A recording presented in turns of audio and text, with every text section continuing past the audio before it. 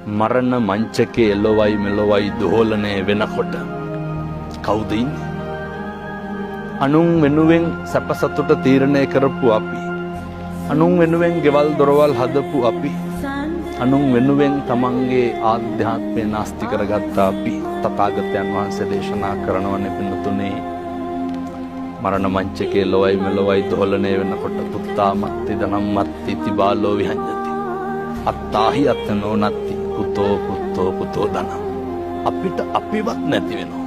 මරණානුස්සති කමඨහං දේශනාවේ තථාගතයන් වහන්සේ බොහොම පැහැදිලිව දේශනා කරනවා. ඔත්පොල්ල වෙලා ඉන්නකොට එළවයි මෙලොවයි දෝලණය වෙනකොට මිනිස්සු පුදුම විදිහට අසරණ වෙනවා. එතකොට කිසිම කෙනෙක් තමන්ගේ ශක්තියට තමන්ගේ හේවණල්ලට නැහැ. ඒක තේරුම් ගන්නට තමයි උන්වහන්සේ මරණානුස්සතිය දේශනා කරේ ජීවත් වෙලා ඉන්න කාලය තුල.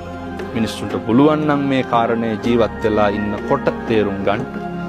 මිනිස්සු අතින් සිද්ධ වෙන අකුසල් ප්‍රමාණය ස්වල්පයයි.